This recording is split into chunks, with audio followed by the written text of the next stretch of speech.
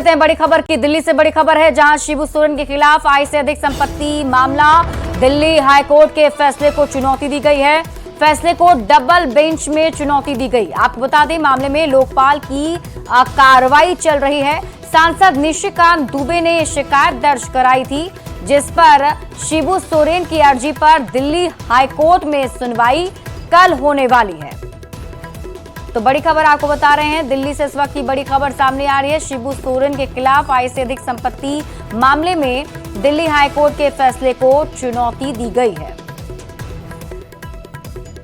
अगली खबर रांची से है, जहां नगरी में बवाल के बाद धारा 144 लगाई गई थी, उसे अब हटा लिया गया है। सरस्वती पूजा के बाद प्रतिमा विसर्जन के दौरान यहां पत्थरबाजी और मारपीट की घटना हुई थी, लेकिन प्रशासन और पुलिस अब अलर्ट मोड में है। रांची एसएसपी ने लोगों से अफवाहों से सतर्क रहने की अपील की है। एसएसपी ने कहा है कि 16 फरवरी के हंगामे में शामिल लोगों की पहचान की जा रही है और सभी आरोपी जल्दी गिरफ्तार कर लिए जाएंगे। उन्होंने इलाके में शांति समिति की बैठक करने का भी निर्देश दिया है। उसे तुरंत इंटरवेन करके हम लोगों ने जो है एस्केलेट होने से बचाया था और स्थिति अब बिल्कुल शांतिपूर्ण है और नियंत्रण में है। लेकिन जैसा होता है, कई बार कुछ रूमर्स भी फैलते हैं, तो मेरी अपील है कि लोग उस रूमर्स पर ध्यान नहीं दें। वहाँ पुलिस और मजिस्ट्रेट्स का डिप्लॉयमेंट बना हुआ है, लगातार पेट्रोलिंग हो रही है और जो दंगा में शामिल थे उनके विरुद्ध कड़ी कार्रवाई होगी। उन्हें चिन्हित किया जा रहा है, कुछ एक लोगों को गिरफ्तार किया गया है, बाकी लोगों की गिरफ्तारी के लिए छापामारी जारी है। बाकी अन्य जो शामिल थे उसको भी आइडेंटिफाई करने का प्रोसेस चल रहा है। बाकी आम जनता से मेरी अपील है कि वो अपना सामाजिक और सांप्रदायिक सौहार्द बना के रखें। हजारीबाग के विनोबा भावे विश्वविद्यालय मैदान में आज अबुआ आवास योजना के तहत स्वीकृत पत्र वितरण समारोह का आयोजन किया गया है। सीएम चंपाई सोरेन इसमें उत्तरी छोटा नागपुर के जिले हजारीबाग, चतरा, कोडरमा और रामगढ़ के लाभार्थी को 3 कमरे के पक्का आवास की मंजूरी का पत्र सौंप रहे हैं। सीएम के आगमन को लेकर जिला प्रशासन की ओर से सुरक्षा के पुख्ता इंतजाम किए गए। कार्यक्रम में मुख्यमंत्री चंपाई सोरेन के साथ ही मंत्री आलमगीर आलम और सत्यानंद भोक्ता शामिल हैं। अगली खबर रामगढ़ के मांडू प्रखंड से है। यहां अबुआ आवास योजना का लाभ मिलने से लोगों में खुशी की लहर है। पहले चरण में 33 पंचायत के 1093 लाभुकों का चयन किया गया है। इसके तहत लाभुकों को घर बनाने के लिए पहली किस्त की राशि दी जा रही है। मांडू बीडीओ का कहना है कि जनता दरबार में 14,000 से अधिक आवेदन पड़े थे। इनमें अबुआ आवास के लिए 8,909 लाभुकों का चयन किया गया है। लाभुकों को मुख्यमंत्री के हाथों पहली किस्त की राशि सौंपी जाएगी। अबुआ आवास जो कि सरकार की महत्वाकांक्षी योजना है, इसका प्रोसेस यही था कि जनता दरबार में जितने भी आवेदन आए, सबसे पहले हम लोग उनको जनता दरबार के पोर्टल पे एंट्री किए और उसको एंट्री करने के बाद एक 5 डिजिट का नंबर आता था जो कि रजिस्ट्रेशन नंबर होता था। उसके आधार पर हम लोग उसको पुनः अबुआ आवास के पोर्टल पर डालते थे। तो जनता दरबार में हमारा टोटल आवेदन पड़े हैं 14,239 और उसी के आधार पर उसको अबुआ आवास पर एंट्री किया गया, जिसमें कि 13,828 एंट्री हुए। जो बाकी जो एंट्री नहीं हुए उसका कारण ये था कि वो डुप्लीकेट जॉब कार्ड थे या फिर वो डबल दिया गया था फॉर्म, और इसी के आधार पर 8,909 हमारे यहाँ अप्रूव्ड हुए आवास।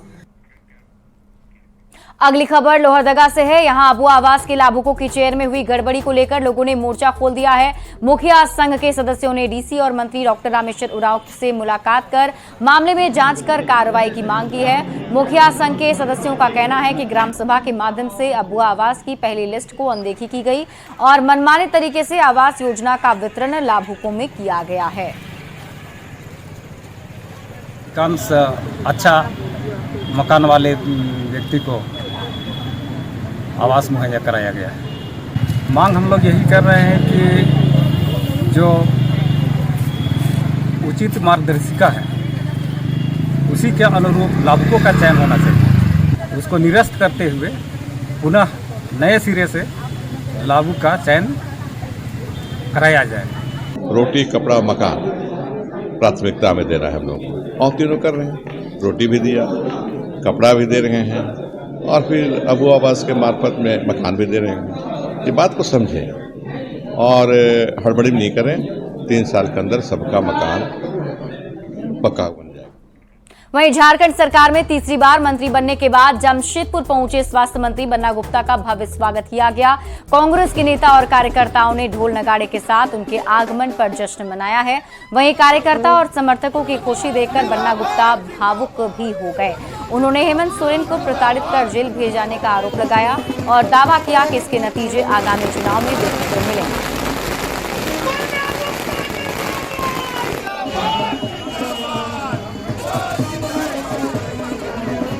कार्यकर्ताओं में उत्साह होना स्वाभाविक है, लेकिन हम बहुत उत्साहित नहीं हैं। हमारे मन में अभी भी वेदना और पीड़ा है और हम उस वेदना और पीड़ा को बहुत गंभीरता के साथ उसका अपने दायित्वों का निर्वाह करेंगे और जो महान जनता ने जो दायित्व दिए हैं उन दायित्वों में हम किसी भी प्रकार की कोई कमी नहीं होने देंगे। जमशेदपुर विधायक सरयू राय ने कांग्रेस में जारी विवाद पर चुटकी ली है। उन्होंने कहा कि 4 साल में जिस तरह से कांग्रेस के मंत्रियों ने काम कम और भ्रष्टाचार अधिक किया है, ऐसे में कम से कम उन लोगों को हटा देना चाहिए था। उन्होंने कहा कि बागी विधायक भ्रष्ट को हटाकर किसी को भी मंत्री बनाने की मांग कर रहे हैं। वहीं सरयू राय ने आशंका जताई कि शायद ही ये सरकार चल पाए और कांग्रेस के विधायकों को उम्मीद थी कि इनके मंत्रियों ने, कांग्रेस के मंत्रियों ने 4 साल में जिस तरह का प्रदर्शन किया है उसमें काम कम और भ्रष्टाचार अधिक किया है, तो खास कम से कम एक आध ऐसे लोगों को तो ये हटा देते। सबसे तकलीफ इन लोगों को यही है। ये कोई विधायक नहीं कह रहा है कि हमको मंत्री बना दीजिए, उन्होंने कहा कि इनको छोड़ के बाकी किसी को भी बना दीजिए। तो हमारे मीर साहब हैं तो मीर का जमीर जगह नहीं और पूत के पांव पालने में ही दिखाई पड़ने लगे हैं। तो अंदाजा लगा सकते हैं हम लोग आगे क्या होगा। ये सरकार बन गई है, लड़खड़ा रही है, शायद ही ये चल पाए। अगली खबर पलामू जिले से है। यहां अफीम तस्करों के खिलाफ पुलिस लगातार कार्रवाई कर रही है। छतरपुर पुलिस ने खास अभियान चलाकर सैकड़ों एकड़ में लगे पोस्ते की फसल को नष्ट कर दिया है। पुलिस की कार्रवाई से धंधेबाजों में हड़कंप मचा हुआ है। इस पर और अधिक जानकारी दे रहे हैं संवाददाता नीलकमल। अफीम तस्करों के खिलाफ पलामू पुलिस की लगातार अभियान चल रही है। अब तक सैकड़ों एकड़ में लगे पोस्ते की खेती को पलामू पुलिस ने अलग अलग थाना क्षेत्र में नष्ट किया है कि पलामू पुलिस फिर भी अलग अलग इलाके, वो चाहे मनातू थाना क्षेत्र हो या पांकी थाना क्षेत्र हो या फिर छतरपुर थाना क्षेत्र के कई इलाके हों, जहां पे बड़े पैमाने पर पोस्ते की खेती की गई है, जिसको लगातार पुलिस नष्ट कर रही है।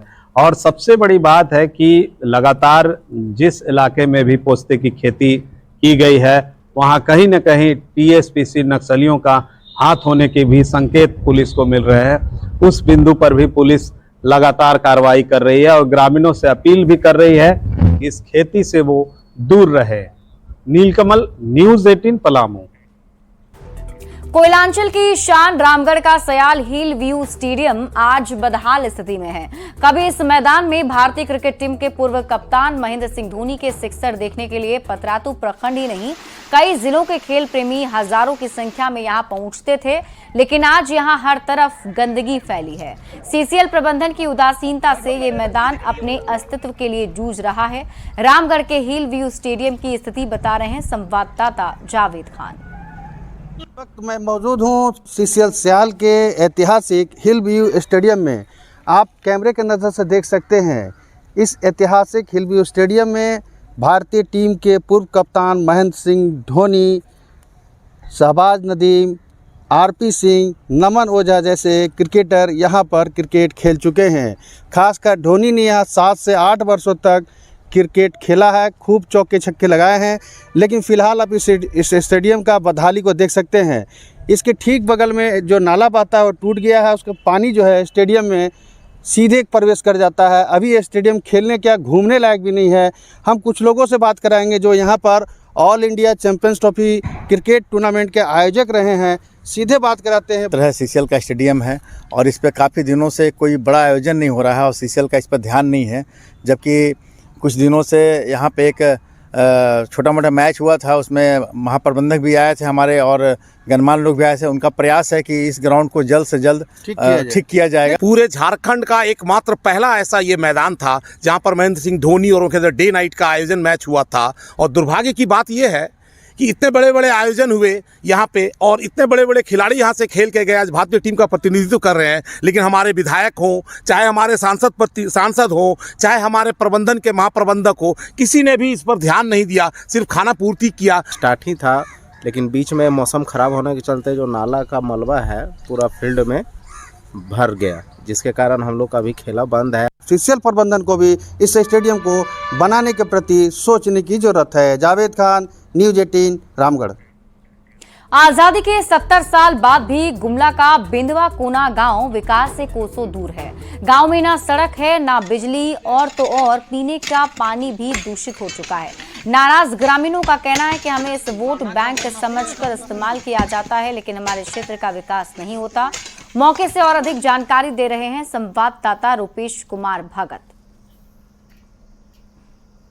गुमला के रायडी प्रखंड के अति सुदूरवर्ती बेंदुआ कोना गांव में, और आप बेंदुआ कोना का गांव का यह दृश्य देख सकते हैं। यहाँ पे आपको दिखाएंगे कि ग्रामीण भी मौजूद है। ग्रामीण के साथ आपको बता दें कि गांव तक की जो मुख्य सड़क से गांव तक की आने की जो दूरी है 5 से 6 किलोमीटर है, और 6 किलोमीटर तक ग्रामीण जो सड़क नहीं है, पगडंडी व खेत व पहाड़ आपको बता दें जंगल को होकर के आते हैं, और रास्ता नहीं होने के कारण ग्रामीणों को काफ़ी कठिनाइयों का सामना करना पड़ता है। खास करके तो ग्रामीणों को बहुत ज़्यादा दिक्कत होता है, खास करके कोई अगर बीमार पड़ जाए तो उनको काफ़ी कठिनाइयों का सामना करना पड़ता है। हम यहाँ पे मौजूद ग्रामीणों से बात करना चाहेंगे। हमारे ठन कोनो सड़क देना, हमारे ठन बिजली न खे, हमारे ठन कोई कर सुविधा न खे, हमारो परेशानी में आही। अब हमके वोट देख मांगे, वोट हमें देवे नहीं कर।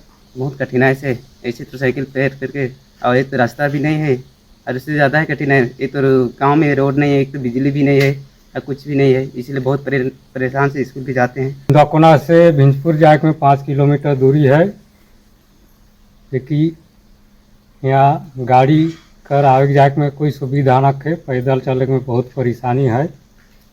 तो कोई मरीज के अस्पताल लगे में हमरे के दिक्कत है। देख सकते हैं जो ग्रामीण है बेंदुआ कोना के, उनका भी खास कहना है कि बेंदुआ कोना से लेकर के भिंजपुर तक का जो ये सड़क है 5 किलोमीटर तक जो एक भी सड़क नहीं है, जंगल व पगडंडी होकर ग्रामीण गुजरते हैं। खास करके जो रोग से ग्रसित लोग होते हैं, बीमार लोग होते हैं, उनको दिक्कतों का सामना करना पड़ता है। उनकी कई बार जानें चल जाती है। तो इनका मांग है कि आने वाले चुनाव से पहले अगर रोड नहीं देती है सरकार, अगर ध्यान नहीं देती है, तो ये चुनाव बहिष्कार करेंगे। रुपेश कुमार भगत, न्यूज़ 18 गुमला। और फिलहाल इस बुलेटिन में अभी के लिए बस इतना ही। आप देखते रहिए न्यूज़ 18 बिहार झारखंड।